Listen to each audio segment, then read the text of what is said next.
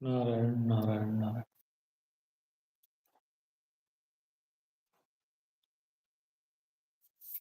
आज श्रीमद् भागवत महापुराण को लेकर कुछ चर्चा की जाएगी और जो श्रद्धालुओं के प्रश्न होंगे उस पर विचार विमर्श किया जाएगा। प्रणाम गुरुजी।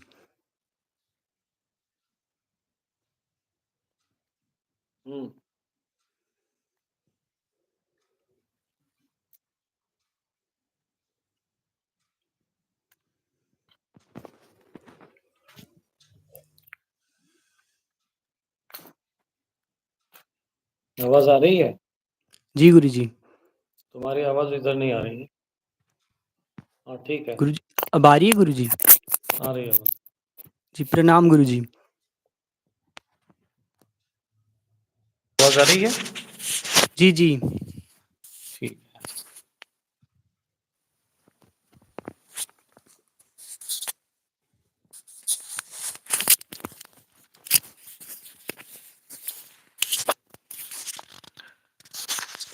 तो कई श्रद्धालुओं के प्रश्न विशेषकर आते रहते हैं श्रीमद् भागवत महापुराण को लेकर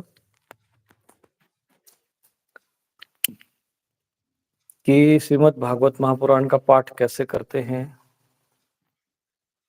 और इसकी विधि क्या है और श्रीमद् भागवत महापुराण का अपने पूर्वजों की मुक्ति के लिए कैसे प्रयोग करें।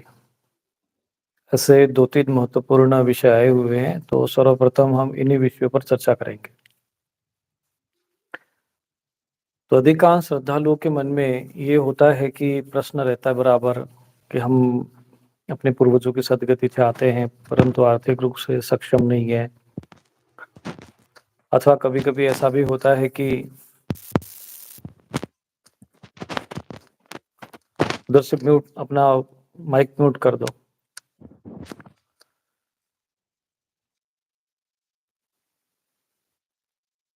तो कभी-कभी उनमें ये सब ग्लानि आ जाती, हिंसा आ जाती है कि हम अपने पूर्वजों के लिए कुछ कर नहीं पाते हैं, क्योंकि आर्थिक रूप से हम कमज़ोर हैं। तो ऐसे समय में हमें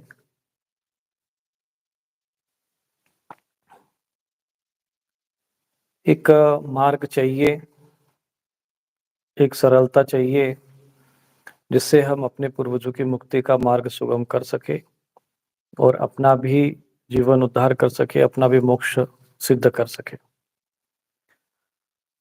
तो मेरे जीवन की घटना आपको मैं बताता हूँ, उससे आपको श्रीमद् भागवत कथा के जो महत्व है, उसकी जो महिमा है, वो समझ में आएगी। हमारे क्षेत्र में एक ऐसा परिवार था, जहाँ पर उनके परिवार की किसी एक विवाहित महिला ने आत्महत्या कर ली, जिसको सुसाइड कहते हैं। विष आदि खाकर या जैसा भी होगा, वो क्या कैसा रहा वो मुझे पता नहीं रहा। तो उसकी मृत्यु के उपरांत वो स्त्री मृत्यु के उपरांत वो जो देवरानी थी उसके शरीर में आती थी और वो लोग उससे परेशान होते थे, क्योंकि वो घर में आकर उसके शरीर को भी नुकसान करती थी और कई प्रकार की जो बाधाएं होती है, प्रत्यक्ष रूप से आना, रोना, अपनी सदगति के लिए प्रार्थना करना, मतलब बहुत सारे ऐसे जो दूषित प्रभाव जो है घर में फैल चुका था। उन लोगों ने अपने उस उपाय के लिए कई प्रकार के उपाय किए कि किस प्रकार से इसकी ये बाधा से मुक्ति मिले। तो उन्होंने रुद्राभिषेक, फिर गया श्राद्ध और यहाँ बनारस में पिशाच मोचन आदि एक-एक बार नहीं, 2-2 3-3 बार कर लिया। तो जब उनको कहीं लाभ नहीं हो मिला, तो संयोग से 3-4 वर्ष के बाद वो किसी तरह से, हम उस समय नए-नए ही इस मार्ग पर आए हुए थे, तो उन्होंने संपर्क किया। संपर्क करने के बाद हमने भी देखा, तब हमें यह भागवत कथा आदि का उतना कोई विशेष महत्व नहीं था। हमारे क्षेत्र में एक संत थे, उन्होंने मुझे श्रीमद् भागवत कथा पुराण दी थी कि इसको आप कथा सुनाते रहना लोगों को। तो इसके उपरांत मैंने जब उनकी समस्या देखी, तो मुझे समझ में आया कि अब इसकी सद्गति करनी पड़ेगी। तो हमने कई प्रकार के जाप, विधि विधान जो भी हो सकता है थोड़ा बहुत हमने करके देखा। एक दिन फिर वो मेरे सामने ही भी आई, फिर मैंने उससे बात करने का प्रयत्न किया, लेकिन उसने कुछ बोला नहीं। फिर मैंने उससे प्रश्न किया कि तुम मुक्ति चाहती हो अपनी? तो उसने बस केवल हाँ कहा। मैंने कहा ठीक है। तब मुझे ये धुंधकारी की जो घटना थी मुझे स्मरण आई और मैंने श्रीमद् भागवत महापुराण करने का विचार बना लिया। यहाँ श्रीमद् भागवत महापुराण की कथा हमने ही कही, वो हमारे जीवन की प्रथम कथा थी, प्रथम सप्ताह था और 7 दिन तक हमने उनको कथा सुनाया। 7वें दिन गंगा जी में स्नान करने लेके गए, वहीं पर वो बेहोश हो गई और उसके बाद उस महिला की जो पुनः उसके शरीर में कभी नहीं आई, उससे ये सिद्ध हुआ कि उस आत्मा की सद्गति हो गई।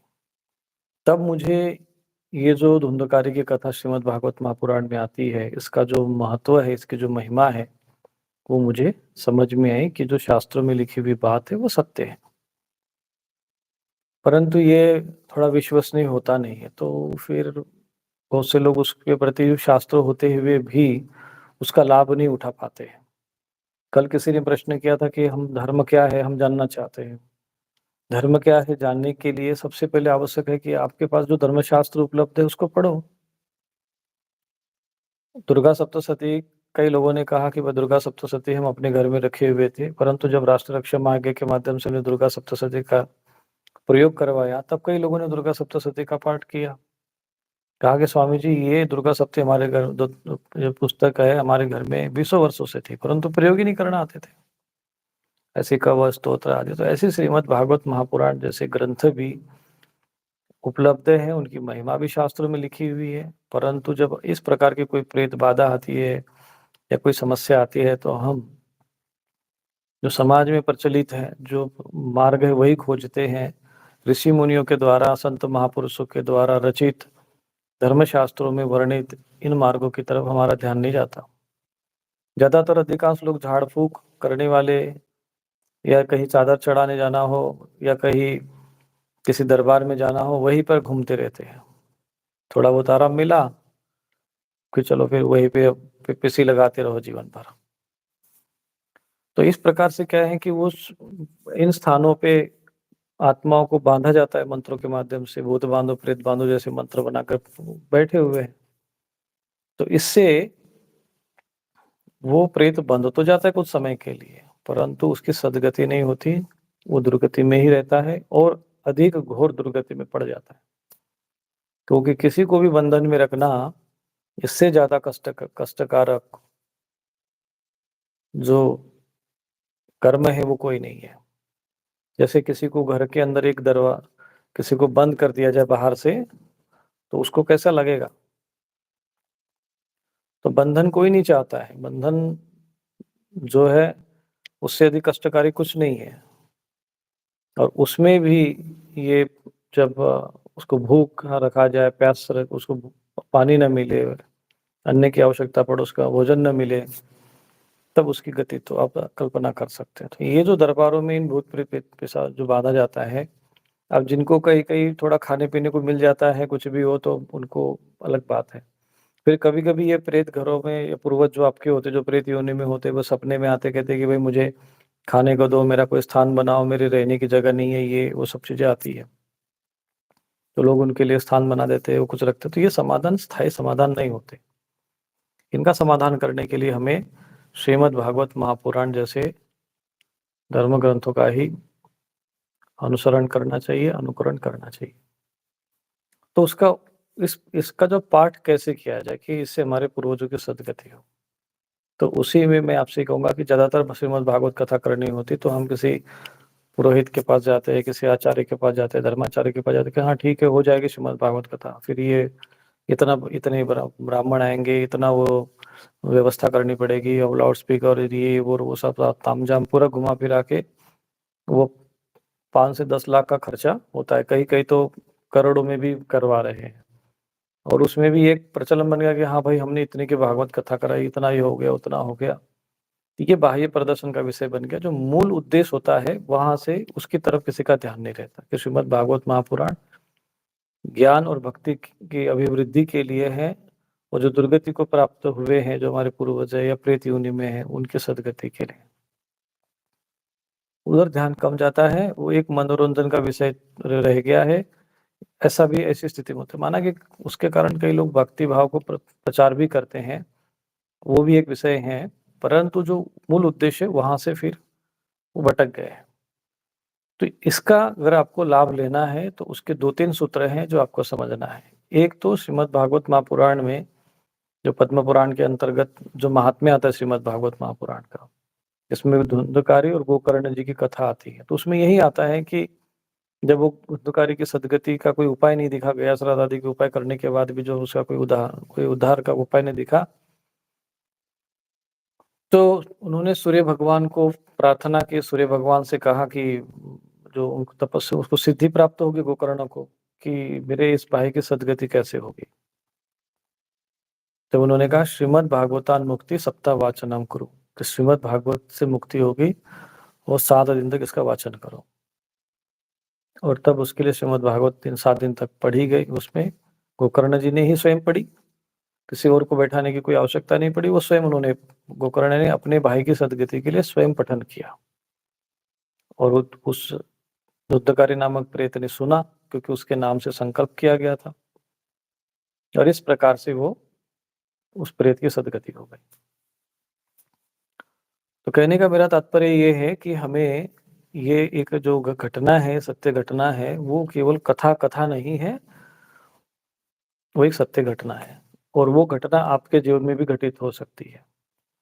इसलिए इस आज 7 दिन तक, 11 दिन तक, अभी हमारे आश्रम में एक श्रद्धालु है, उन्होंने 1 वर्ष तक निरंतर श्रीमद् भागवत महापुराण का पठन किया, और आज पूर्णाहुति आश्रम में आकर उन्होंने की। तो कहने का तात्पर्य ये है कि जो भी विधान शास्त्र में दिए हुए हैं या जो उपाय बताए गए हैं,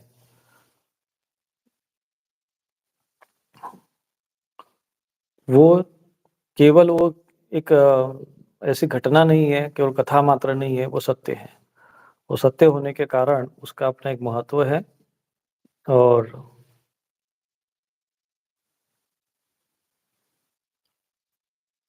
इसी विधि के माध्यम से हम अपने पितरों की सदगति कर सकते हैं, अपने पूर्वजों की सदगति कर सकते हैं। तो उसमें 2-3 जो बिंदु रहते हैं जो महत्वपूर्ण होते हैं। एक तो आपको उसी भाषा में पठन करना है जिस भाषा में आपके पूर्वज उसको समझते हैं, जिस भाषा में उन्होंने जीवन यापन किया है, पहला बिंदु। दूसरा, आपका संकल्प जो है शुद्ध होना चाहिए कि हम क्यों श्रीमद् भागवत महापुराण को पठन कर रहे हैं। वो संकल्प आपका शुद्ध हिंदी में ही होना चाहिए। और चौथा, कि आप श्रीमद् भागवत महापुराण करो तो प्रयत्न करना कि घर के ही सदस्य या तो फिर कोई साधक या तो कोई भगवान का भक्त जो सात्विक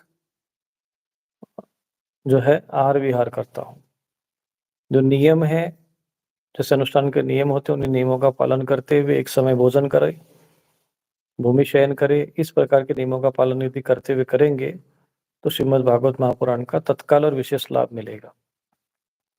यदि आप 1 वर्ष का संकल्प लेते हैं, 6 महीने का संकल्प लेते हैं, तो वहां पर फिर इन नियमों में छूट मिल सकती है, जैसे ब्रह्मचर्य हो गया, भूमि शयन हो गया, ये सब का। परंतु हाँ, ये ध्यान रखना है कि भोजन जो है आप बाहर का ग्रहण नहीं करेंगे, अशुद्ध आहार नहीं ग्रहण, क्योंकि आहार का प्रभाव सबसे अधिक पड़ता है। अन्न का प्रभाव इतना अधिक है कि अन्न से आप जहाँ आपने अशुद्ध अन्न ग्रहण किया कि आपकी मति जो है कुमति बनने में समय नहीं लगता है, ये सदैव ध्यान रखना। इसलिए आहार की शुद्धता पर आपको विशेष ध्यान देना चाहिए। बस इतनी बिंदुओं का ध्यान रखते हुए आप पठन करें। और जो भी व्यक्ति इसको पढ़ रहा है, उसको उसके मन में भाव भी होना चाहिए। ऐसा नहीं केवल कोरम पूरा करो। आजकल वो माइक पे रामचरितमानस चलता रहता है, तो ऐसे पढ़ते हैं जैसे लग रहा है उनके पीछे कोई बंदूक लेके खड़ा है कि जल्दी-जल्दी पढ़ नहीं तो तुमको उड़ा दिया जाएगा भाई। ऐसे स्पीड से पढ़ते रहते हैं। तो ये ऐसे बिना भाव के पढ़ने का क्या फल मिलेगा? भावना ही नहीं है। भावो ही कारणम, शास्त्र में कहा कि ईश्वर के प्रति भाव होगा तभी भक्ति है तभी भगवान है। जब भाव खत्म, सब समाप्त। यादृशी भावना यस्य सिद्धिर्भवति तादृशी, ये सिद्धांत है शास्त्र का। तो भाव आपका ये होना चाहिए कि हम जो भागवत महापुराण पढ़ रहे हैं, तो जिस पूर्वजों के लिए कर रहे हैं उनकी सदगति उस भाव से पढ़े। 1 बार पढ़े, 2 बार पढ़े, 3 बार पढ़े, इसका लाभ मिलता है। और कभी-कभी नारायण बलि आदि करने के कारण भी कभी उसमें एक तो विधान में कोई अशुद्धि रह जाती है या कोई कमी रह जाती है, वो फल दृष्टिगोचर नहीं होता जैसे दिखना चाहिए, तो वहाँ पर श्रीमद् भागवत महापुराण भी करना चाहिए, त्रिपिंडी श्राद्ध भी कर लेना चाहिए। परंतु जो इस प्रकार के धर्म कर्म करने में सक्षम नहीं आर्थिक रूप से, तो श्रीमद् भागवत महापुराण का घर में सरल विधि से पठन कर सकता है। और सरल संकल्प बनाना कि मैं अपना नाम, अपने पिता का नाम, गोत्र का उल्लेख नहीं करना चाहिए, क्योंकि गोत्र आजकल शुद्ध किसी को पता नहीं। जिनको शुद्ध रूप से पता हो वो उल्लेख करें।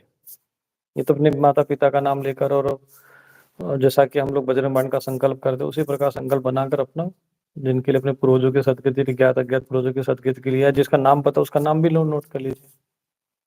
इस प्रकार श्रीमद् भागवत महापुराण करनी चाहिए। यदि आप सक्षम नहीं तो किसी दूसरे को भी बाहर से, पुरोहित है, कोई साधक है, कोई भक्त है, कोई ब्रह्मचारी है, कोई साधु संत है, इनके माध्यम से भी कथा सुनाई जा सकती है।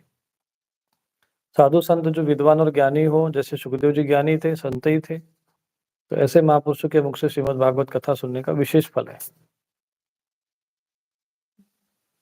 क्योंकि वो भक्तों में भी श्रेष्ठ है। जैसे 4 प्रकार के भक्त बताए गए, उसमें ज्ञानी को श्रेष्ठ भक्त माना गया। तो यही ये सारे विषय हैं।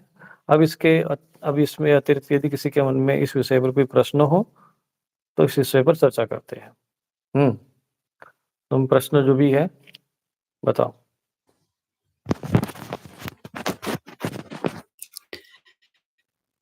गुरुजी, किसी पे ब्रह्म थान प्रेत हो तो कैसे हटा सकते हैं? इनका कहने का मतलब है वीडी सक्सेना जी का, कि किसी ने अगर अभी तो स्थान श्रीमद् बनाया हो भागवत प्रेत का। महापुराण से संबंधित प्रश्न करो।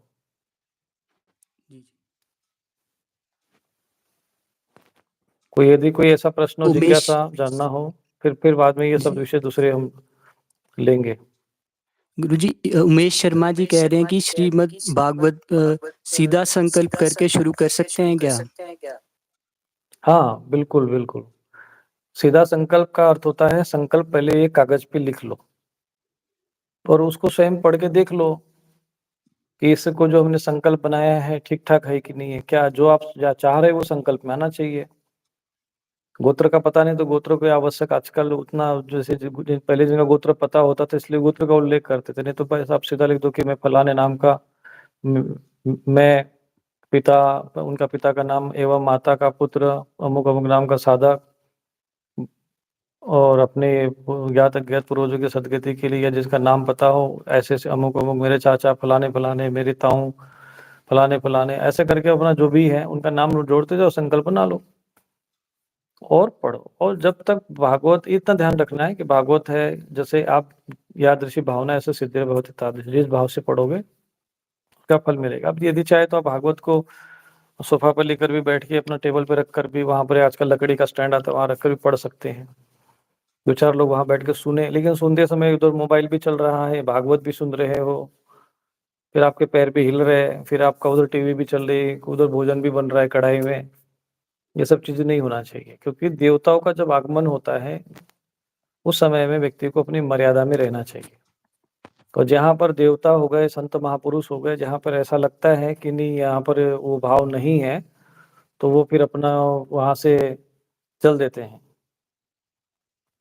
तो बस उतना ही है कि ये ध्यान रखना चाहिए कि आप देवताओं का आह्वान कर रहे हैं, आप पठन कर रहे हैं। शास्त्र में कहा कि यहाँ पे कहते हैं, भगवान कहते हैं कि जहाँ मेरे भक्तगण मेरा कथन या मेरा जो चरित्र का कथन करते हैं, पठन करते हैं, श्रवण करते हैं, तो वहां पर मैं वास करता हूँ। नाहम वसामि वैकुंठे योगिनाम हृदयेन वै मद भक्ता यत्र गारयन्ति तत्र तिष्ठामि नारद। कि नारद, जहाँ मेरे भक्तगण मेरा गुणगान करते हुए मैं उपस्थित रहता हूँ। और ये बात श्रीमद् भागवत महापुराण के बारे में भी कहा गया है कि श्रीमद् भागवत महापुराण को साक्षात भगवान की वांग्मय प्रतिमा माना गया है। तो बड़ा सम्मान सहित, आदर भाव सहित बस उसको सम्मान देना है और सरल आप पढ़ो, और फिर अंत में भगवान से प्रार्थना कर दो, भाई हम तो न तो इतना ज्ञान है न विवेक है, बस आपके भक्त हैं, जो त्रुटि रह गई उसको उस कमी को पूर्ण कर दीजिए और हमारा संकल्प सिद्ध कर दीजिए, हमारे पूर्वजों की सदगति कर दीजिए। मुख्य चीज क्या है? भाव है। मैं आपको बता रहा हूँ, भाव का ही प्रभाव होता है। जब भाव नहीं, आजकल मंदिरों में जाते हैं, सेल्फी निकाल रहा है कोई, कुछ भगवान की तरफ पीट करके फोटो खींच रहा है, कुछ भी करता है, तो भावना नहीं है, पर्यटन घूमने फिरने आएगा तो क्या फल मिलेगा आपको? भावना बहुत से लोग जो है वो कहते गुरुजी हमने किया पूजा नौकर किया फल नहीं मिला। भाव होना चाहिए। मन में शंका रखोगे संशयात्मा विना अज्ञस्य श्रद्धानस्य संशयात्मा विनश्यति। भगवत में कहते हैं कि जो अज्ञानी या श्रद्धालु है संशयात्मा का तो विनाश हो जाता है। तो संशय नहीं करना चाहिए और अपने जो शास्त्रों में लिखी हुई बात यदि नहीं समझ में आती है तो आप हमसे प्रश्न हम जैसे जो इस विषय के जो ज्ञाता हैं उनसे प्रश्न कर सकते हो। परंतु शास्त्र की बात समझ में नहीं आ रही है इसलिए वो असत्य है, हमें नहीं समझ में आ रहा है, हमने नहीं देखा तो हम क्यों माने। तो ये मूर्खता की पराकाष्ठा है और ऐसे दुराग्रही लोगों के लिए फिर ये धर्म ग्रंथ का मार्ग नहीं, उनके लिए फिर ये यमराज का मार्ग ही ठीक है। फिर या तो फिर वो वही जाके अपना माथा टेके कहीं पर जाके जहाँ हाव-हाव करते वहाँ पे झूमते रहे, खेलते रहे, वही ठीक है फिर उनके लिए। ये तो भक्तों के लिए मार्ग है, बुद्धिमानों का मार्ग है ये। बाकी मूर्ख तो जीवन यापन कर ही रहे हैं, आप देख ही नहीं रहे हो, तुम लोग तो देखते ही रहते हो ना कितने सारे क्या-क्या हो रहा है कि कैसे-कैसे गली-गली में जी गुरुजी। चादर चढ़ रही है, गली-गली में से ओझा सूखा भोपा झाड़-फूँक लेके बैठे हुए हैं। अब तो ये जो नए शब्द आ गया है दरबार, पता नहीं ये कौन से धर्म ग्रंथ में है, कौन से वाल्मीकि रामायण में है कि श्रीमद् भागवत महापुराण में, मुझे यही नहीं समझ में आता। दरबार, पेशी, क्या-क्या शब्द आ गए ये सब। तो ये सारी चीज़ों ने तो हमारे सनातन धर्म को भ्रष्ट कर दिया, लेकिन हम लोग भी हमारी भी उसमें भूमिका कम नहीं है कि हम लोग भी मूर्खों की भांति वहाँ जाते हैं। सब दुनिया जानती थी, मीडिया वाले समझते थे और पूरा समाज समझ रहा है, विद्वान समाज समझ रहा है। नहीं, वही हरी चटनी की जगह लाल चटनी खा रहे भई, तुम लाल चटनी कृपा आ जाएगी, वही तुम्हारी कृपा जो हरी चटनी में लटकी हुई है। और तीसरा नेत्र उसको समझकर बड़े लोग जी बाबा जी सिद्ध पुरुष है बाबा जी, तो करके ऐसे मतलब खुलेआम लोगों को मूर्ख बनाओ, तो इतनी भीड़ और इतना भेड़ जैसे चलते हैं ना कि क्या पूछा जाए। और ये वो लोग होते हैं जिन्होंने कभी जीवन में ये प्रयत्न ही नहीं किया कि हम एक बार श्रीमद् भागवत महापुराण भी पढ़ ले। हमारे ऋषि मुनियों ने, महापुरुषों ने यदि इतना बड़ा धर्म ग्रंथ लिख दिया है तो चलो जीवन में एक बार भगवत गीता पढ़ लेते हैं। 10 श्लोक 15 श्लोक आप प्रतिदिन श्रीमद् भगवत गीता के पढ़ सकते हैं, चिंतन कर सकते हैं, मनन कर सकते हैं। नहीं, हमारे पास समय कहाँ है। मोबाइल में बैठकर 2 घंटा अपना टिप टिप टिप टिप करते रहेंगे, वो समय है। 4 आदमी बैठे हो तो वहां बैठ के 2 घंटा बातचीत करें, वो समय है। लेकिन 10 मिनट श्रीमद् भागवत गीता पढ़ने को समय नहीं है, तो समझ देना चाहिए कि तुम्हारी बुद्धि जो है किस दिशा में जा रही है। तो हमें ये भावना रखना पड़ेगा कि हमें ये श्रीमद् भागवत महापुराण, महाभारत, भगवत गीता, वाल्मीकि रामायण जैसे धर्म ग्रंथों को घर की शोभा बढ़ाने के लिए नहीं रखना है। आदर सम्मान सहित उनका पठन और श्रवण करना। केवल पूजा घर में रख दिया, लाल कपड़ा बांध के, तो वो भी कोई सम्मान नहीं है। वो धर्म ग्रंथ बनाए गए हैं ज्ञान पाने के लिए, उसके पठन करने के लिए, उसका श्रवण करने के लिए धर्म ग्रंथ लिखे गए थे। वो पूजा घर में उसका लाल कपड़े में बांध के रखने के लिए नहीं थे। और न माइक पर इतना जोर से चिल्लाने के लिए, बस ऐसी बस रात भर चिल्लाते जा रहे हैं। अड़ोस पड़ोस वाले परेशान हो रहे हैं। तो दूसरों के घरों में अशांति उत्पन्न करने के लिए ये रामचरितमानस नहीं बनाई गई थी। लेकिन इन लोगों को समझाने जाओ तो देखो इनका व्यवहार कैसा होता है फिर। पिशाचों जैसा व्यवहार करते फिर ये लोग। धर्म की बात, ज्ञान की बात यदि आपको शास्त्रोक्त है, समझाने जाओ तो समझ में नहीं आती है। और इसीलिए दुख का कारण है, भटकते रहते फिर लोग।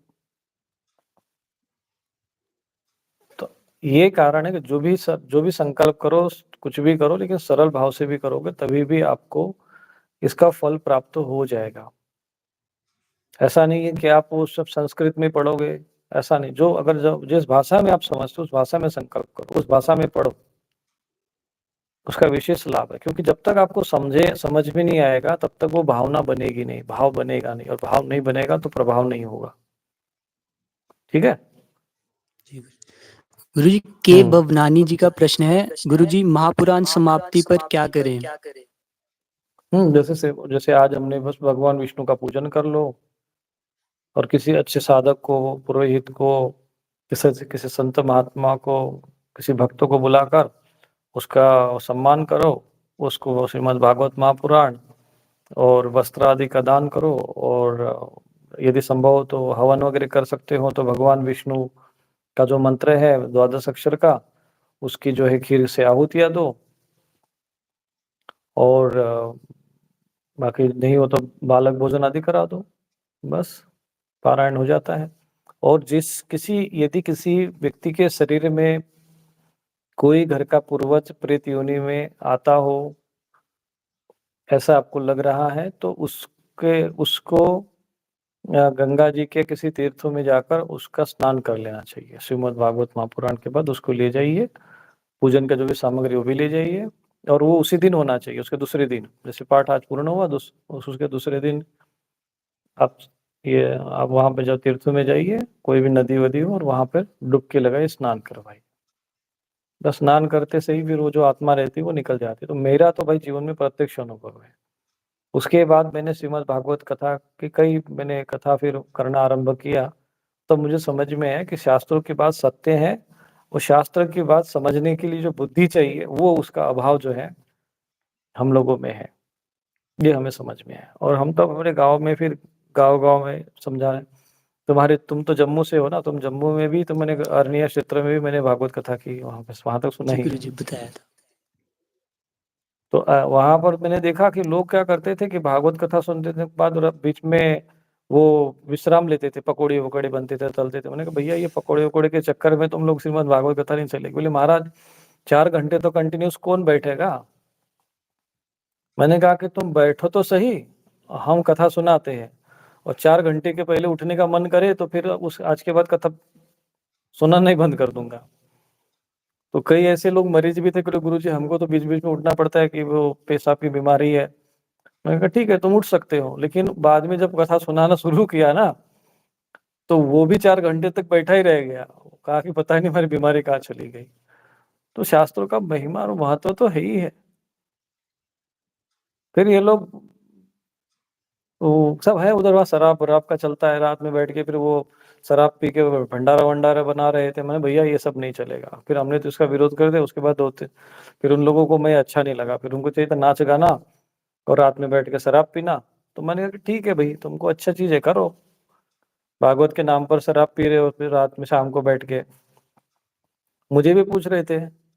मैंने कहा क्यों भाई ऐसा क्यों करे? बोले यहाँ जितने भी शास्त्री है बोले रात में आकर दिन में कथा सुनाते, रात में जो है विस्की वो रम चलता है उनका, तो विस्की रम। मैंने कहा कि हो गई तुम्हारी कथा भाई। 2 घंटे गुरुजी कथा होती है, 2 घंटे नृत्य चलता है उनका डीजे पे। हाँ, जो 2 घंटे के बाद ये सब चीजें होता है, तो ये सब सारी चीजें करोगे तो कैसे फल मिलेगा? इसीलिए मैं आपसे कह रहा हूँ श्रीमद् भागवत महापुराण को स्वयं पढ़ो।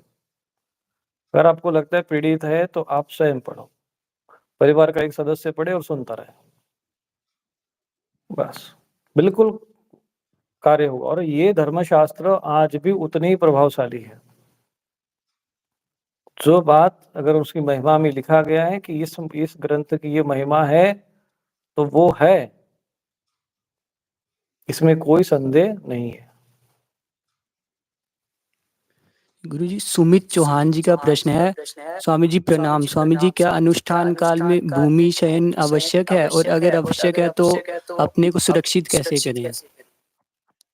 अब भूमि शयन उतना आवश्यक नहीं है, परंतु इतना ध्यान रखना चाहिए कि पवित्रता का, शुद्धता का ध्यान रखना चाहिए। जो भी आप कम से कम एक चादर वहां पर, जो अगर सोते भी है खटिया पे, तो कम से कम नहीं सोना चाहिए। और जो वस्त्र रहते हैं एक बार उसको बिछा कर सोना चाहिए। तो कारण क्या होता है भूमि शयन के पीछे, मुझे भी समझ में आया कि इसके पीछे कारण तो और भी हो सकते हैं, लेकिन एक कारण मुझे समझ में आया कि जब हम अनुष्ठान करते हैं तो देवताओं का आगमन होता है, और उस समय हम तख्त पे सो रहे होंगे या तो ये ठीक उनका अनादर जैसा ही होता है। तो इसलिए वहाँ भूमि पर ही सोना चाहिए। भूमि पर सोने से ठीक रहता, ऊर्जा हमारी बनी रहती है, पवित्रता बनी रहती है। और यदि संभव नहीं है तो कम से कम आप प्रतिदिन जो भी उस पे चादर बिछाते हो वो प्रतिदिन उसको बदला करें, नई रखे, अपना धोए। 2 चादर है तो एक आज ब्रेक किया, दूसरे दिन दूसरी करो, एक धोने में डाल दो। तो इस तरीके से पवित्रता को बनाए रखना चाहिए। मुख्य चीज़ होता है पवित्रता। अच्छा, इसने के प्रश्न किया है कि मूल पाठ कौन करा है? वैसे मूल पाठ में कुछ लोग कहते हैं संस्कृत में पढ़े, जैसे तो संस्कृत में अगर पढ़ना अगर आपको आता है, संस्कृत आपकी अच्छी है तो पढ़ो, परंतु श्रीमद् भागवत महापुराण का पठन जो मेरा अपना अनुभव रहा है, आप उस भाषा में करिए जिस भाषा में आपके पूर्वज समझते हैं। जैसे हिंदी जो है, कई राज्यों में हिंदी नहीं समझ में आती, बंगाल वगैरह में नहीं, तो बंगाली में भाषण भागवत पढ़ लो। फिर इसके बाद अगर लाभ लगे तो संस्कृत में भी एक बार मूल पाठ जो होता है संस्कृत में वो भी पढ़ लो एक बार, लेकिन सबसे एक दो बार आप जिस भाषा में आपके पूर्वज बोलते थे, उस सुनते थे, जानते थे जिस भाषा को, उस भाषा में ही श्रीमद् भागवत महापुराण को एक दो बार पूर्ण पठन करो, जिससे कि वो श्रवण कर सके। और ये जब पठन करो तो एक सूत्र ध्यान रखना है कि ये भावना करनी है, ये संकल्प करना है कि जो भी मेरे ज्ञात अज्ञात पूर्वज पितृगण हो, चाहे जिस गति में भी हो, जिस भी योनि में हो, वो श्रीमद् भागवत महापुराण का श्रवण करे। ऐसा भाव, ऐसा संकल्प अवश्य करो आप।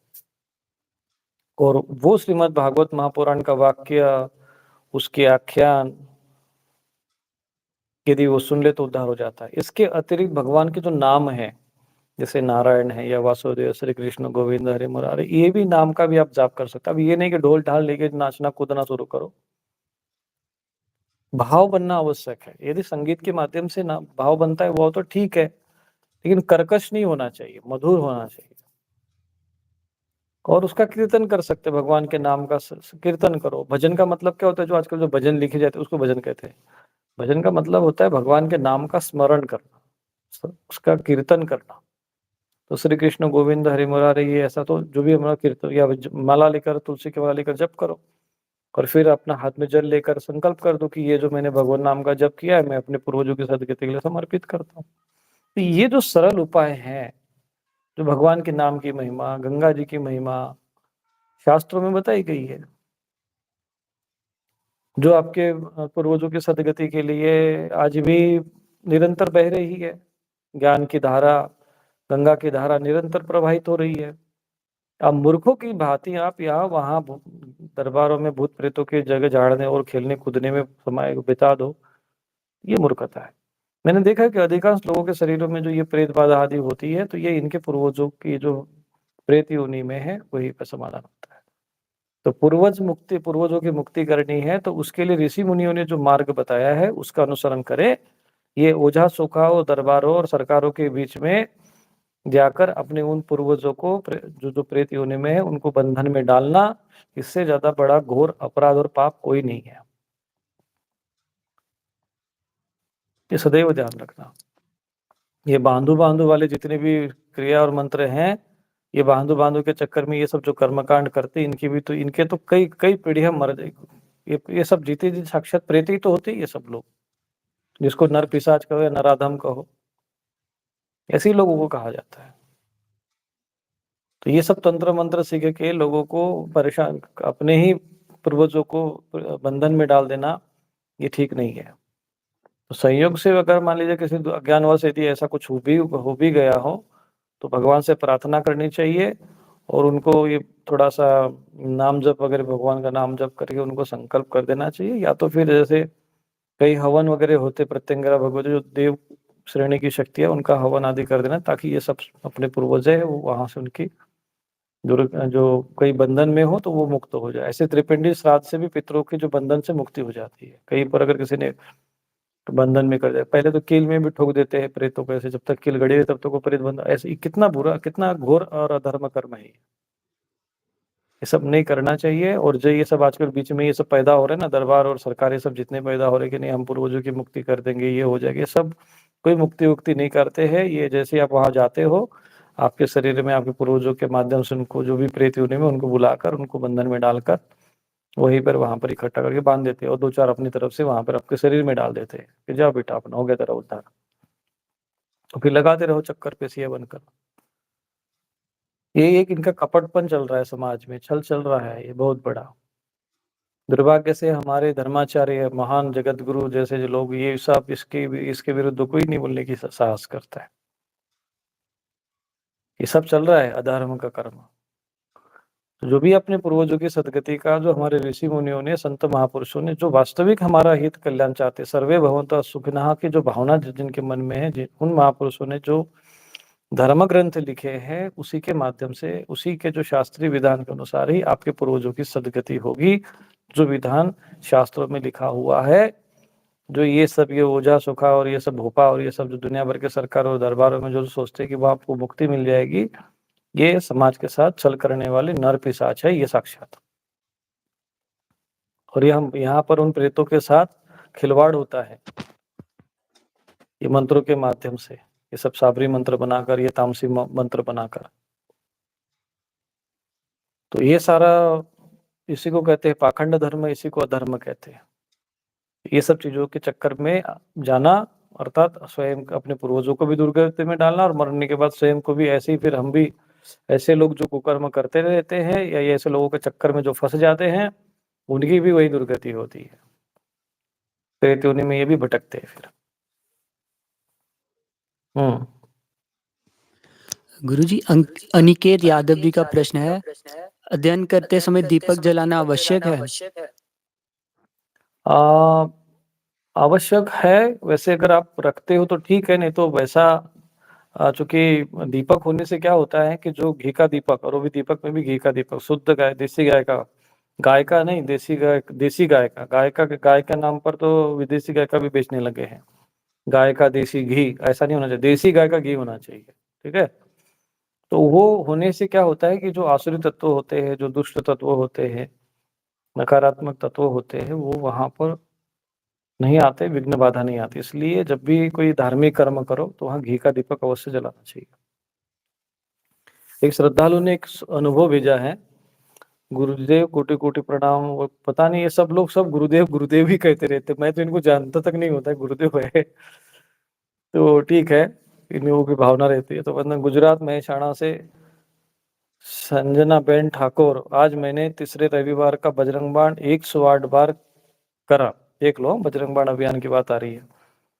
और मेरे बेटे के स्वभाव में बहुत परिवर्तन हुआ, धन्यवाद गुरुजी। मैं आपको बता रहा हूँ, आज बजरंग बाण के मेरे पास एक ने अनुभव भेजा है कि उसका कैंसर तक ठीक हुआ है। केवल 4 उसने अभियान, बजरंग बाण अभियान के अंतर्गत जो हमने संकल्प दिया, उस संकल्प के अनुसार उसने बजरंग बाण का पठन किया है, तो उसका कैंसर तक ठीक हो गया है। ये उसका अपना अनुभव मुझे लिखकर भेजा है, और उसका जल्दी ही उसका जूम मीटिंग के माध्यम से हम उसका रिकॉर्डिंग करेंगे और वो आपको भी सुनाएंगे उसका अनुभव। तो ये बजरंग बाण के पाठ का अभियान है। लाभ है कि ये बाहर से जो प्रेत आकर आपके परिवार के किसी सदस्य को प्रभावित कर रहे हो, तो बजरंग बाण से वो भाग जाते हैं। पूर्वजों की सदगति के लिए श्रीमद् भागवत महापुराण करके उनकी सदगति कर दीजिए, बस हो गया आपका काम। विक्की जी का प्रश्न है, प्रणाम स्वामी जी, जो भागवत पढ़ते हैं वही दान करनी है, अलग से ले?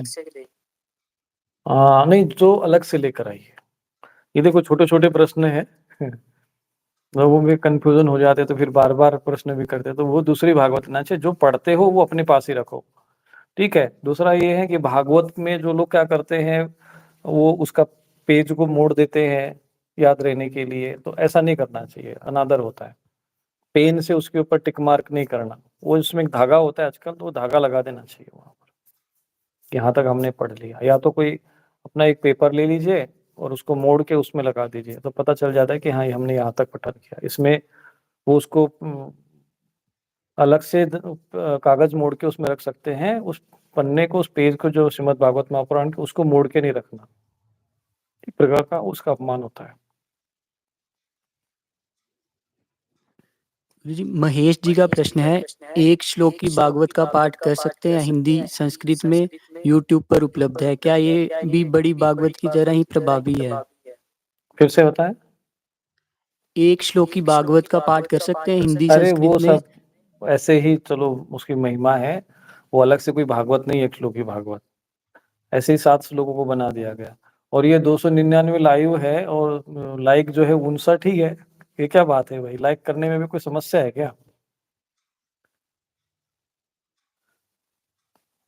थोड़ा सा जो भी लाइव जब आप सुनते हो, तो थोड़ा सा लाइक भी कर दिया करो, ताकि इसके ये यूट्यूब वालों को जोड़े है ना, ये इनको वो कान में थोड़ा सा मतलब समझ में आता है कि नहीं भाई, अच्छी चीज है, इसका प्रचार करना चाहिए। तो लाइक करोगे तभी वो प्रचार करेंगे। ठीक है, और प्रश्न करो। सभी श्रद्धालुओं से अनुरोध है कि विषय पर ही प्रश्न करें, विषय से हटकर प्रश्न ना करें। अभी ये विषय इसी को रखने दो, बाद में थोड़ा-सा जैसे ये विषय समाप्त, ये विषय पर सारे प्रश्न हो जाएँगे, तो फिर अन्य प्रश्नों को भी लेंगे। और जो भी इसमें प्रश्न आ रहे हैं, वो नोट कर ले।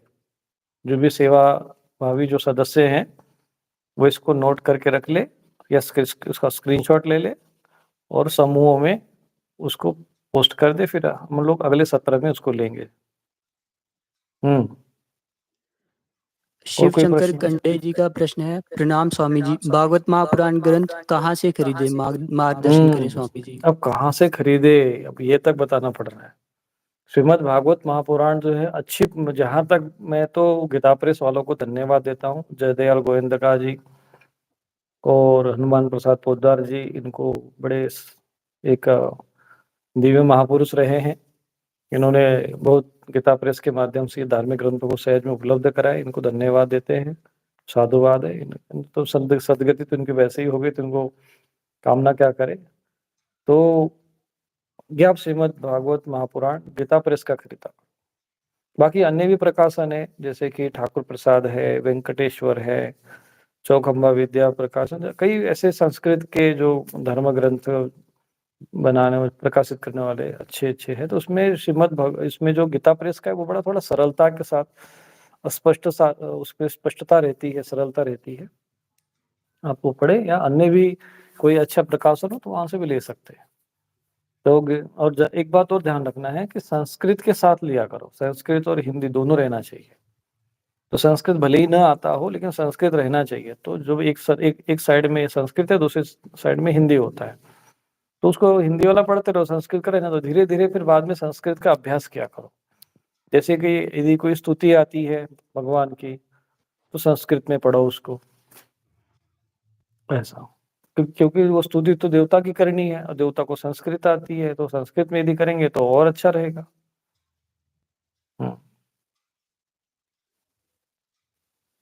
हाँ, इसमें एक प्रश्न है, क्या पुस्तक में बहुत विधि बताई गई होती है? हाँ, ये बहुत सुंदर प्रश्न है। ठीक है, जो उस पुस्तक में विधि लिखी गई है, उन ज्यादा विधियों के चक्कर में नहीं पड़ना है। मैं आपको बता रहा हूँ, क्योंकि उसमें तो बहुत सारे विधान है। फिर ये मंडप बनाओ, वो करो, वो करो, ये करो, वो करो। तो वो जो विधान है, वो पद्म पुराण के अंतर्गत लिखा हुआ है, श्रीमद् भागवत का भाग नहीं है। धुंधुकारी की कथा और ये गोकर्ण की जो कथा है, ये श्रीमद् भागवत महापुराण का भाग नहीं है। वो महात्म्य है। श्रीमद् भागवत महापुराण और श्रीमद् भागवत महात्म्य, ये दोनों अलग अलग है। श्रीमद् भागवत महात्म्य जो है, ये पद्म पुराण से लिया गया है, जोड़ दिया गया ताकि श्रीमद् भागवत महापुराण की महिमा हमें समझ में आ जाए। तो लोग क्या सोचते हैं कि गोकर्ण और धुंधुकारी कथा जो श्रीमद् भागवत कथा का ही भाग है, ऐसा नहीं है, वो उसके भाग नहीं है। जब से वो प्रथम स्कंद, प्रथम अध्याय जहाँ से आरंभ होता है, वो जिसमें व्यास जी की जो कथा का वर्णन आता है कि वो सरस्वती जी के तट पर जो है एक बार चिंतन कर रहे थे, तो वहां से श्रीमद् भागवत महापुराण आरंभ होती है। अच्छा, बहुत से लोगों को भगवत गीता और भागवत गीता में अंतर, भागवत को भागवत गीता कहते हैं। भागवत गीता नहीं है, भागवत पुराण है और भगवत गीता है। भगवत और भागवत, भागवत कहते भक्त को और भगवत कहते भगवान को। तो वो भगवान की कही हुई गीता भगवत गीता, श्री कृष्ण भगवान ने जो कही गई और भक्त ने कही है, सुखदेव जी भी भक्त ही थे, तो भागवत महापुराण, पुराण में भी महापुराण कहा गया। ये अंतर थोड़ा समझ लेना। गुरु जी, शिवम राघव जी का प्रश्न है, भागवत कथा का पाठ करने का समय क्या होना चाहिए? हाँ, समय आप प्रातः काल भी रख सकते हो, आप जैसे सायंकाल भी रख सकते हैं। जैसे सबसे अच्छा समय तो मुझे ये लगता है कि घर के सदस्य उपस्थित रहने चाहिए, ये महत्वपूर्ण है। तो आप जैसे 8 बजे से 9 बजे के बीच का जो समय होता है घर में, या 9 बजे से 10 बजे के बीच का जो रात्रि का समय होता है, वो आप उसमें से आधा घंटा आप समय दो, आधा घंटा 1 घंटा बस रात्रि का समय ही चुनो, सबसे श्रेष्ठ वही है। और यदि आपको कम समय में, कम दिन में पढ़नी है, 7 दिन में पढ़नी है या 11 दिन में पढ़नी है, तो आप प्रातः काल का समय तय करो। प्रातः काल जैसे 7-8 बजे से लेकर 12 बजे तक, फिर थोड़ा विश्राम वगैरह ले लीजिए, फिर पुनः 1 बजे या 2 बजे से करके ऐसे 4-5 बजे तक यदि पढ़ेंगे तो 7 दिन में पूर्ण हो सकते श्रीमद् भागवत महापुराण। परंतु वो सुननी भी है, और जितने भी सदस्य जो बाहर के भी सदस्य आते हैं, मान लीजिए चलो आप भागवत महापुराण पढ़ नहीं पा रहे, सुन भी तो रहे, तो उसमें लिखा है पठनात् श्रवणात् मुक्ति, पठन और श्रवण दोनों से मुक्ति होती है। तो जब आप श्रवण करते हो उस समय भी संकल्प करो कि मैं जो श्रीमद् भागवत महापुराण का श्रवण कर रहा हूँ या कर रही हूँ, इसके पुण्य के फल से मेरे पूर्वजों की सद्गति हो। ऐसा संकल्प कर लो तो आपके श्रवण से भी उनकी सद्गति हो जाएगी। फिर आप अपने मोक्ष के लिए भी, जब आप स्वयं की मुक्ति के लिए चाहते हैं तो वहां संकल्प करो श्रवण करते समय कि मैं श्रीमद् भागवत महापुराण, भगवान के प्रति प्रीति प्रेम बढ़े, उनके प्रति भक्ति बढ़े, तो मेरी सद्गति हो, इस भाव से सुन रहा हूँ या सुन रही हूँ, ये संकल्प करिए। संकल्प का फल, बिना संकल्प के फिर वो मामला गड़बड़ा जाता है, तो इसलिए संकल्प बहुत आवश्यक है। एक श्रद्धालु ने प्रश्न किया कि टीवी पर जो कथा चलती रहती है उससे लाभ क्यों नहीं होता? उसका कारण ये है कि टीवी पर जो कथा चलती है वो श्रीमद् भागवत कथा कम और इधर उधर की कथा ज्यादा सुनाते हैं। अपूर्ण होती वह कथा, पूर्ण कथा नहीं होती। हालांकि हम भी कोई जैसे उसमें लिखा है, हमने भी जब कथा सुनाते हैं, कथा सुनाई थी तो कोई उसको जैसा उसमें लिखा वैसा हम केवल पढ़ते नहीं थे, कथा जैसा है वैसे ही सुनाते हैं, परंतु हम प्रत्येक विषय लेते हैं, जो प्रत्येक स्कंद का नियम, और फिर एक नियम है कि प्रथम दिन की कथा यहाँ समाप्त होनी चाहिए, 7 दिन में पूर्ण करना है तो वहीं पे समाप्त करते हैं। तो इस प्रकार से जो है वो कथा का एक नियम होता है, उसके अनुसार हम लोग उसको पढ़ते हैं। वो पूरा विषय आना चाहिए, और सुनाने वाले का भाव वो महत्वपूर्ण होता है। सुनाने वाले का भाव कि लोगों को कथा अच्छी लगे, ये भाव ज्यादा रहता है, और लोगों के मन में, हृदय में भक्ति उत्पन्न हो, भगवान प्रसन्न हो, इस भाव से यदि कथा सुनाएगा तो विशेष फल होगा। हम जब कथा सुनाते हैं तो मेरा जब कभी कभी मन होता है, मुझे कभी, मैं अपने क्षेत्र में कथा करने जाता था, मुझे कोई कभी कहता है ना कि नहीं गुरुजी भागवत कथा सुनानी है, क्षेत्र की बात बताता, मैं चंदौली से बाहर बस केवल जम्मू में भी 1-2 बार गया था बस, जो चंदौली बिहार वगैरह चंदौली है, या अपना जो आसपास बिहार वगैरह क्षेत्र में थोड़ा बहुत भागवत कथा वगैरह की। तो जब भी मैं कथा की बात आती है तो मैं भगवान की प्रसन्नता के लिए कथा सुनाता हूँ, और जो सामने बैठे उनके भी सदगति की कामना करता हूँ, संकल्प करता हूँ कि जो मैं कथा सुना रहा हूँ तो इनकी सदगति, भगवान जो सदगति करे, वो संकल्प भावना करते हैं। तो उनके भाव ना होना चाहिए, तो भाव ही नहीं है तो कहाँ से प्रभाव होगा? वो तो कथा सुनाते हैं कि भाई देखो भाई, स्वर हमारा ठीक ठाक होना चाहिए, गाजा बजाने वाले भी ठीक ठाक बैठने चाहिए। पर आजकल तो क्या हो गया, कथा सुना रहे तो हॉल में सुना रहे, और वहां पर सोफा सेट वगैरह लगा के बाकायदा पंखा वंखा चल रहा है विधिवत के साथ। कथा सुनने वाले के अंदर ठीक है, कुछ लोग अच्छे कथाकार भी होते हैं, सुनाते अच्छे भाव से सुनाते तो फल होता है, भाव से नहीं सुनाते इसलिए फल नहीं होता है, सीधा सी बात है। और पूर्ण विषय आना चाहिए, 12 स्कंदों का विषय आना चाहिए। अब 4 घंटा कथा सुनाएगा और उसमें 2 घंटा भजन, ये सब दुनिया भर के सब तामझाम गाजा बाजा ही करता रहेगा, तो कहाँ से कथा पूर्ण होगी? फिर तो लपेटते ऐसे ही इधर उधर की। अब भागवत में राधा जी का तो कोई वर्णन ही नहीं है, उनकी राधा जी की कथा शुरू हो जाती है, वो विषयांतर कर देते हैं। भागवत में उसका उल्लेख ही नहीं है, जिसका उल्लेख नहीं वो मत करो, जो विषय है वो आते ही नहीं है, इसलिए वो उसका लाभ नहीं होता है।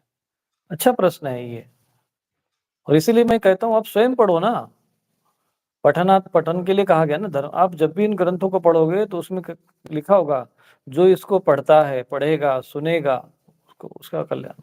तो पढ़ो, पढ़ने में क्या समस्या है? थोड़ा परिश्रम कर लो, 1 घंटा प्रतिदिन भी सुने, आधा घंटा भी प्रतिदिन सुने तो घर के सब लोग सुन लेंगे, तो क्या समस्या है? टीवी में समाचार देख ही रहे हैं तो आधा घंटा मत देखो कि चलो भाई सब लोग घर के लोग बैठते और श्रीमद् भागवत महापुराण सुनते हैं। ये गुरुजी वीडी सक्सेना जी का प्रश्न है, क्या भागवत के पाठ से घर के सारे पितरों की मुक्ति हो जाती है? अगर वो किसी बंधन में है तो भी क्या? अगर बाहर अभी की मैं कोई ये नहीं शक्ति भी बता साथ सकता है? कि कितने पितरों की सदगति होगी, क्या होगी, पर इतना तो है कि पितरों की सदगति होती है। पूर्वजों की जो प्रेत योनि में सदगति होती है, ये तो शास्त्र का विधान ही है। तो कुछ जो श्रद्धालु जिनका एक श्रीमद् भागवत महापुराण से पितरों के निमित्त संकल्प करते जाओ। अब कुछ लोग जो होते हैं अति पापी, तो दोबारा सुनाओ। कुछ लोगों के लिए नारायण बलि करो, कुछ लोगों के लिए गंगा स्नान का विधान, गंगा में जाकर संकल्प करो। वहां कई प्रकार के प्रयोग करना पड़ेगा आपको। मैंने देखा है अलग अलग विधि के द्वारा ये कार्य सिद्ध करते। जैसे कई लोगों को नारायण बलि से लाभ हो जाता है कि गुरु जी नारायण बलि किया और कार्य सिद्ध हो गया। कई लोगों के नारायण बलि से नहीं होता है, तो फिर हम कहते चलो ठीक है भाई, तुम आश्रम आ जाओ, हम उसके लिए फिर हम स्पेशल अपनी क्रिया के द्वारा उनको सदगति कराते हैं। और जो लोगों के पास कहते हैं हम गुरु जी आश्रम नहीं आ सकते हैं, वो भागवत नहीं कर सकते, तो मैं श्रीमद् भागवत महापुराण का विधान है। कुछ ऐसे भी प्रेतात्माएं होती है जो घोर पाप कर्म वाली होती हैं, तो उनके लिए फिर अलग से विधान बनाना पड़ता है या श्रीमद् भागवत महापुराण का पाठ करना पड़ता है। और कुछ तो पिशाच भी होते हैं। तुमने देखा श्रीमद् भागवत जो शिव महापुराण है, वो उसको पिशाच की मुक्ति के लिए सुनाया ना, बिंदुक नाम का जो पिशाच रहता है। तो वो तो कथा सुनने को तैयार था नहीं, तो उसको पेड़ में बांध के कथा सुने जबरदस्ती। तो पिशाचों के लिए शिव पुराण है। फिर पिशाच योनि में चले गए, तो वो पूर्वज आपके किस योनि में, वो महत्वपूर्ण है। और कई लोग तुम्हारे जम्मू में भी है, राजस्थान उधर एमए क्षेत्र में देवता बना के बैठा दिया उनको। जी गुरुजी, जगह अब वो जगह तो देवता यही। बन के पूजे जा रहे हैं, खाने पीने को मिल रहा है, सम्मान मिल रहा है, भगवान की तरह पूजे जा रहे हैं, दुनिया माथा टेक रही है, तो वो क्यों अपने मुक्ति चाहेंगे? तो फिर ऐसे लोगों की मुक्ति के लिए फिर बजरंग बाण करना पड़ेगा।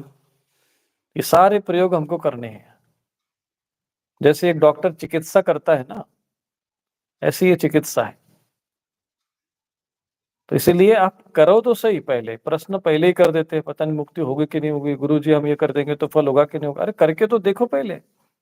दूसरे लोग कर रहे हैं, फल प्राप्त कर रहे हैं। अरे हम भोजन है खाएंगे तो गुरु जी पेट भर जाएगा ना। अरे खाए के तो देख पहले, खाएगा तो पता चलेगा ना पेट भरेगा कि नहीं भरेगा। नहीं गुरु जी खाएंगे तो पेट भरेगा ना, कहीं इधर उधर गले में तो नहीं लटकेगा कान है। ये सब जैसे सोचना बालक बुद्धि वाली बातें है, ऐसे ये भी प्रश्न बालक बुद्धि जैसे ही है। ये सब प्रश्न मत करो, और जो शास्त्र की बात है उसका अनुसार आचरण करो। गुरुजी, विक्की जी का प्रश्न है। प्रणाम स्वामी जी, अपनी स्वयं की सदगति के लिए भागवत पढ़ सकते हैं कि मृत्यु के बस पश्चात सदगति मुक्ति के हो? लिए तो भागवत है भाई। वो भागवत जो है परीक्षित ने सुनी, वो किसके लिए? बस संकल्प करना है सदगति के लिए। जब आप भागवत पढ़ोगे तो मैं अपनी भगवान की भक्ति के लिए, भगवान की भक्ति की प्राप्ति के लिए, भगवान का ज्ञान प्राप्त करने के लिए, भगवान का दर्शन करने के लिए, मैं अपने अपने मोक्ष के लिए भागवत श्रवण करने का, पठन करने का संकल्प करता हूँ। ऐसा बोलो और पढ़ो।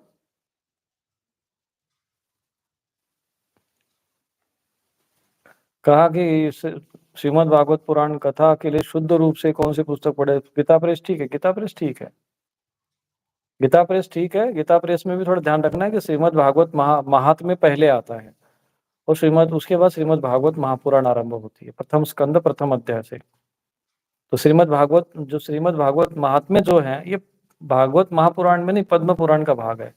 तो पद्म पुराण का महात्म्य उसमें जोड़ के श्रीमद् भागवत पुस्तक जो है उसको छापी गई है। तो इसको थोड़ा सा अंतर समझना है। गुरुजी, केटी जी का प्रश्न है। स्वामी जी सादर प्रणाम।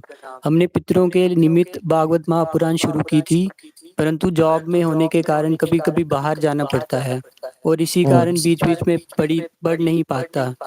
क्या इसका फल पितरों को मिलेगा? हाँ क्यों नहीं, तुमने जो पढ़ा है, जितना किया है, उसका फल तो मिलेगा ही ना। मान लो कि भोजन में थाली में 4 रोटी रखी थी, जल्दबाजी में एक ही रोटी खाया, तो एक रोटी का खाने का तो फल मिलेगा ही। थोड़ा बहुत तो भूख शांत हो ही जाएगी, विधि विधान से करे। आगे ऐसी कोई परिस्थिति बनती तो आजकल एक पीडीएफ का अपने मोबाइल में पीडीएफ मिल जाती है, वो भी पढ़ सकते हो आप लोग। अब जो कुछ नहीं करे तो कुछ तो करो, कुछ न करने से करना अच्छा है, फल तो होगा ही होगा। किसी ने प्रश्न किया श्रीमद् भागवत वाचन के लिए किस महापक्ष में करना चाहिए, किस महापक्ष में करना चाहिए? तो ये किसी भी पक्ष में करो, मार्गशीर्ष माह, माघ माह ये विशेष फलदायी होते हैं। फिर भी आप किसी भी माह में कर सकते हो। बोले कब से करें? बोले किसी भी समय से आरंभ कर दो। माना कि शुभ तिथियों में जैसे प्रतिपदा, एकादशी, अष्टमी, ऐसे कई प्रकार की जो तिथियाँ हो रही है, फिर भी आपके मन में जब भी भाव उत्पन्न हो, जब भी लगे कि हाँ, हम किस दिन से आरंभ कर सकते हैं, किसी भी सोमवार को, गुरुवार को, रविवार को आरंभ कर दो। बस आरंभ करना और करना महत्वपूर्ण है। हम लोग जो होते हैं ना, कब करें, कैसे करें, ये करें कि ना करें, इसी चक्कर में हम जो करना चाहिए वो करते नहीं है। ये भी नहीं करना चाहिए कि हम बिल्कुल ही शास्त्र की विधि का उल्लंघन करते, ऐसा भी नहीं करना चाहिए, नियमों का भी ध्यान रखना चाहिए, परंतु ज़्यादा उसको लंबा नहीं खींचना चाहिए। जहाँ आपको लगेगा कि हाँ, जो तिथि आ गई, एकादशी है, कोई पूर्णिमा है, प्रतिपदा है, प मुख्य रूप से तो प्रतिपदा कर लो, कृष्ण पक्ष की हो, चाहे शुक्ल पक्ष की हो, आरंभ कर दो। तो आरंभ करना जहाँ जिस दिन शुभ भावना, शुभ संकल्प मन में आ जाए, बस ऐसा शुभ संकल्प मिलता है तो तुरंत कर देना चाहिए।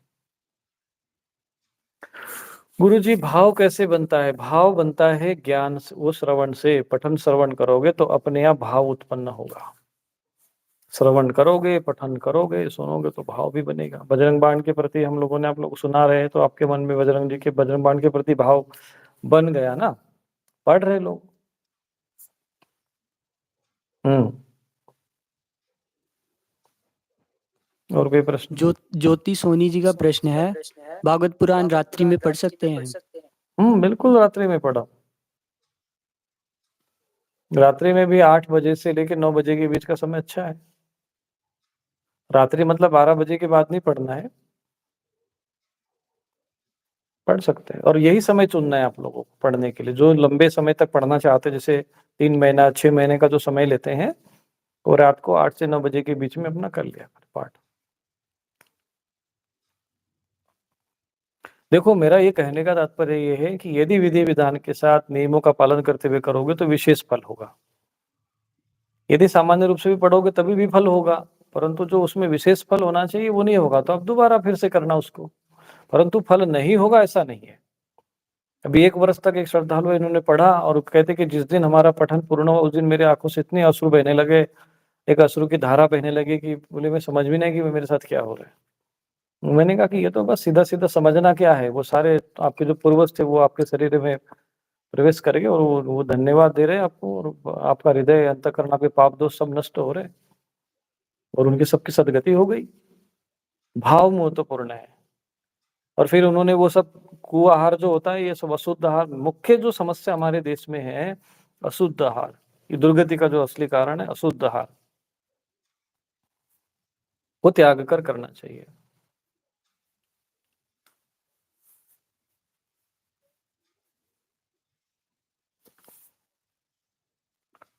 अच्छा, इतने प्रश्न के भागवत अकेले में पढ़ सकते, कोई अच्छा श्रोता नहीं मिलता। हाँ, तो स्वयं ही पढ़ो और स्वयं ही श्रोता बन जाओ। आप थोड़े सस्वर में पढ़ो, मतलब जो है उस जो है वाचिक में पढ़ो। वो स्वयं पढ़ो, पढ़ते समय ऊँचे स्वर में पढ़ोगे तो स्वयं ही सुनो और ये भावना करो कि भाई जो देवता होंगे वो देवता सुन रहे हैं, हमारे पूर्वज सुन रहे हैं, ये भाव करो ना। तो सुनते रहो, अकेले ही पढ़ो, क्या समस्या है?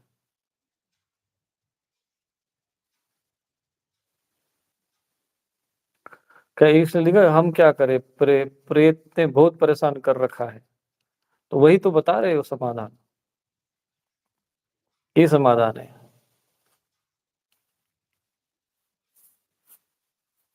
श्रीमद् भागवत महापुराण पढ़े। एक श्लोक ही भागवत का पाठ कर सकते हैं, हिंदी संस्कृत में यूट्यूब पर उपलब्ध है। क्या ये नहीं, ये सब भागवत की तरफ प्रभावित नहीं है, फिर भी ये है कि ठीक है, उसका पढ़ने का कोई फल तो होता ही है, जो पढ़ेंगे तो।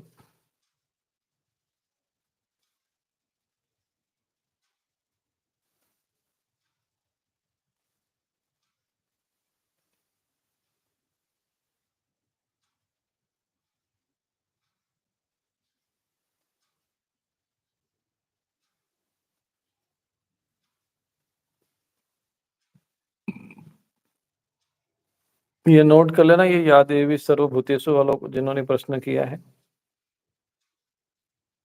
और कोई प्रश्न है किसी का? गुरुजी शिवम राघव जी का प्रश्न है। गुरुजी मैं श्रीमद् भागवत कथा का 7 दिन का पाठ किया था।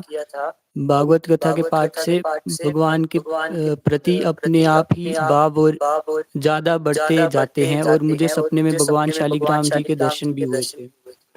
हाँ ठीक है, वही तो कह रहा हूँ ना, पाठन करोगे तो भाव अपने आप बनेगा, पठन और श्रवण से भान बने। गुरुदेव 7 दिन की भागवत महाकथा के पाठ का समय क्या रखे?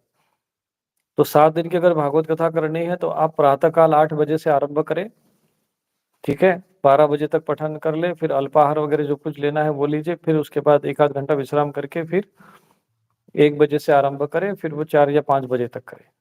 ये ऐसा क्रम रखें। फिर उसको रात्रि में न पढ़े, रात्रि में विश्राम करो, कीर्तन करो, भगवान के नाम का जप वगैरह करो, श्री कृष्ण गोविंद हरे मुरारी आदि जो नाम है उसको माला पे जप करो और उसका भी पुण्य फल अपने पूर्वजों को प्रदान करो।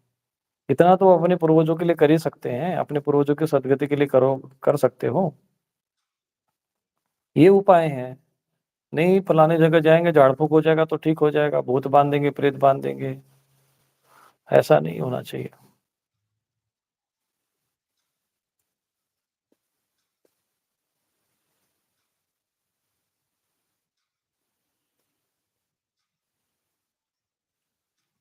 गुरुजी एक प्रश्न है थोड़ा विषय के बाहर का। गुरुजी सादर प्रणाम और आपको बारंबार नमन। गुरुजी जानना चाहता हूँ कि महाप्रभु श्री हरि विष्णु, श्री प्रभु राम जी और श्री हरि कृष्ण जी ये तीनों भगवान एक ही स्वरूप हैं, तो फिर इनके लोक अलग अलग क्यों हैं?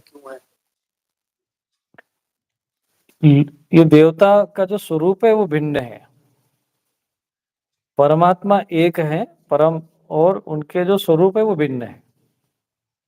तो स्वरूप भिन्न होने के कारण उनके लोक भी भिन्न है, क्योंकि जो भक्त होते हैं वो भगवान के उस साकार स्वरूप का ही ध्यान करते हैं, इसीलिए उस लोक में भगवान, वो भक्त जो है भगवान को उसी स्वरूप में देखना चाहता है, जबकि है तो परम तत्व एक परमात्मा, परंतु उनके रूप अनेक है, स्वरूप अनेक है। तो जैसे राम, भगवान कृष्ण, ये अनेक उस एक ही परमात्मा के विभिन्न रूप हुए हैं। जैसे हनुमान जी है, अब हनुमान जी को राम जी के सिवा कोई अच्छा नहीं लगता है, तो राम जी के रूप में उनको वो दिखेगा तभी उनको अच्छा लगेगा। एक बार कहते हैं कि एक बार भगवान विष्णु ने उनका स्मरण किया था, तो भगवान विष्णु ने माता लक्ष्मी जी से कहा कि भाई अपना, वो बोले कि अपना आप जो है सीता माता का रूप धारण करिए, मुझे अब धनुषधारी बनना पड़ेगा।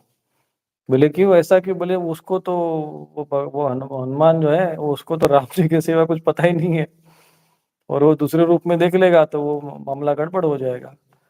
तो कहा कि नहीं, वो उनका क्योंकि वो ध्यान, वो चिंतन वही है, सीता और राम ही के अतिरिक्त कुछ नहीं जानते वो। सिया राम में सब जग जानी, करो प्रणाम जुग जुग पाणे। तो वही सब है। तो कहने का तात्पर्य है कि स्वरूप भिन्न है, इसके कारण लोग भी भिन्न है। अच्छा, एक प्रश्न है कि भागवत पाठ करने से पहले पूजा में कौन सी मूर्ति रखे? देखो, यदि पठन करते समय आपके घर में शालिग्राम शिला मिलती है शुद्ध रूप से तो वो रखो, नहीं है तो आप भगवान विष्णु की मूर्ति रख सकते हैं, अगर यदि वो भी नहीं है तो कृष्ण भगवान की मूर्ति रख सकते हैं, वो अपने भगवान राम जी की भी मूर्ति सीता माता के साथ भी रख सकते हैं। सब रूप परमात्मा के है, जिसमें आपका भाव बनता है वो रखिए। और यदि नहीं भी है तो आप कलश रख दो और एक दीपक जला दो, बस हो गया काम। धूप दीप और कलश, उसी कलश को या दीपक को ही परमात्मा का स्वरूप मान लो। दीप ज्योति पर ब्रह्म, दीप ज्योति जनार्दन। दीपक की जो ज्योति होती है वो भी तो पर ब्रह्म है, शास्त्र के अनुसार नियम तो ये माना गया। दीपक की ज्योति जलाकर उसको भी आप पठन पाठन कर सकते हैं।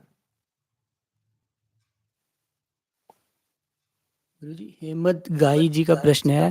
गुरुजी क्या महिलाएं अशुद्ध अवस्था में भागवत महापुराण पढ़ सकती हैं? नहीं, अशुद्ध अवस्था में महिलाएं भागवत महापुराण न पढ़े। जब जब अशुद्ध अवस्था रह जाए तो जो शुद्ध होने के उपरांत फिर जहां से बंद हुआ था वहीं से आरंभ करे, उनका अनुष्ठान खंडित नहीं माना जाता है। किसी ने कहा भविष्य मन कल के अवतार हो चुका है क्या, ये सही है भाई? ये सब वो भविष्य माली का ही फर्जी ग्रंथ है, तो क्या चक्कर में पड़ना है? तुम श्रीमद् भागवत महापुराण के अनुसार अपना आचरण करो। ये सब ग्रंथों के बारे में मैं बोलना नहीं चाहता, लेकिन कभी समय आएगा तो फिर मैं इनका भी बता दूंगा। ये सब व्यर्थ की चीजें हैं ये सब। टीचर जी का श्रीमद् प्रश्न है भागवत महापुराण में जैसा लिखा है, कल की भगवान का अवतरण सब होने के उपरांत सतयुग का वो आरंभ होगा। अभी तो काल का अवतरण होने वाला है आने वाले समय में, देखना। तो असली कलयुग तो अब आरंभ हुआ है। टीचर जी का प्रश्न है गुरुदेव, क्या गीता पाठ से भी पितरों की मुक्ति हो सकती है? हाँ, प्रयत्न किया कर सकते। गीता, भगवत गीता के द्वारा भी कहते हैं कि भगवत गीता का जो श्रवण करता है उसकी उत्तम लोग, उसकी सदगति उत्तम लोग में जाते हैं। तो वो भी है, भगवत गीता को श्रवण करने से भी होता है। भगवत गीता के महात्म्य में लिखा है कि जो भी इसका श्रवण करेगा वो उत्तम लोक को प्राप्त होगा। जो इसका पठन करेगा या कोई दूसरों को भी अपने भक्तों में सुनाएगा तो वो ज्ञान यज्ञ से मेरी पूजा करेगा। तो श्रीमद् भगवत गीता का पठन भी जो है, पठन श्रवण भी ज्ञान यज्ञ कहलाता है। गुरु जी, मयंक मेहरा जी का प्रश्न है। किसी ने कहा प्रणाम कि गुरु जी। हाँ, एक मिनट, किसी पूर्वजों की फोटो या चित्र के सामने दिया जलाना चाहिए नहीं चाहिए? एक क्या बिना यज्ञोपवीत सत्कर्म कर सकते? देखो, पहली बात तो पूर्वजों की फोटो या चित्र घर में रखना, पूजा घर में रखना, उनका दीपक उनका रखना, उनकी पूजा करना ठीक नहीं है। ये फोटो का जो प्रचलन है ना, ये बहुत खतरनाक प्रचलन उत्पन्न हुआ, ये कलयुगी प्रचलन है। ये कैमरे वैमरे पहले थे नहीं, ये सब तो फोटो वोटो का समस्या ही नहीं आती थी। ये फोटो रखना ठीक नहीं होता है, उससे फिर वो उनका घर के साथ बराबर संबंध बना रहता है और फिर वो आगमन बना रहता है। ये ठीक नहीं है। ये दीपक जलाना, तो ये घर सब में ही पूजा बैठ करना ठीक जाते हैं नहीं वो। है। पूर्वजों के निमित्त श्राद्ध तर्पण करो बस, और श्री शास्त्र का अध्ययन करो। और प्रश्न? मयंक मेहरा जी का प्रश्न है, कृपया बताएं कि पितृकर्म में भाव प्रधान है कि क्रिया? भाव बिना जो क्रिया की जाती है वो व्यर्थ है। भाव सहित ही क्रिया की जाए तो ही फल मिलता है, विशेष फल मिलता है। और जो जिसमें भाव नहीं है वो क्रिया, केवल अध्यात्म मार्ग की बात कर रहा हूँ, भौतिक जगत की बात अलग है। भावो ही कारण हो, फिर भी क्रिया करने के बाद माना कि क्रिया का कुछ न कुछ थोड़ा बहुत फल मिल सकता है, लेकिन जो संपूर्ण फल चाहिए वो बिना भाव के नहीं मिलता। भावो ही कारणम, शास्त्र में कहा है कि यदि भाव नहीं रहेगा, भगवत गीता अनन्य चिंतयन्तो माम, तो अनन्य रूप से भगवान का चिंतन करना चाहिए, उन तभी वो भाव बनेगा। तो भाव के बिना क्रिया व्यर्थ है।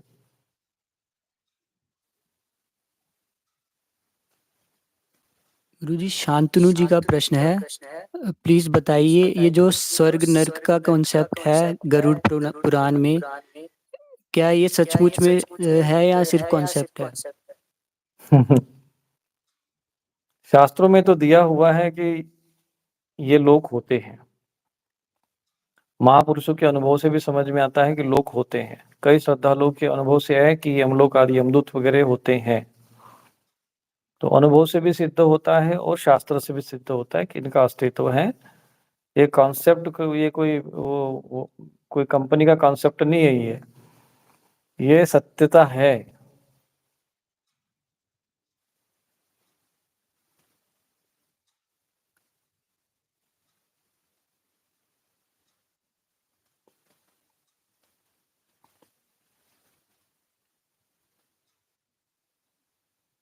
दुर्गा सप्तशती पाठ से भी मुक्ति संभव है। दुर्गा सप्तशती पाठ की जगह देवी भागवत वो पढ़े, वो मुक्ति के लिए है। और दुर्गा सप्तशती शक्ति के लिए है। शक्ति चाहिए तो दुर्गा सप्तशती पढ़ो, और मुक्ति चाहिए तो देवी भागवत महापुराण पढ़ो।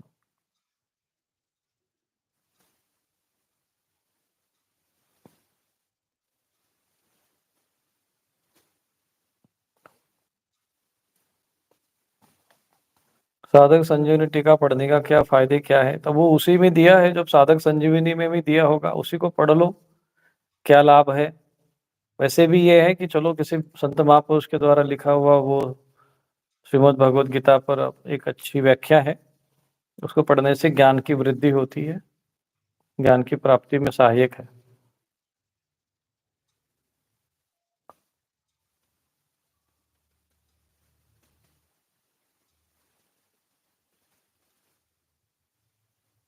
ठीक है, लगभग ये सारे विषय हो गए हैं।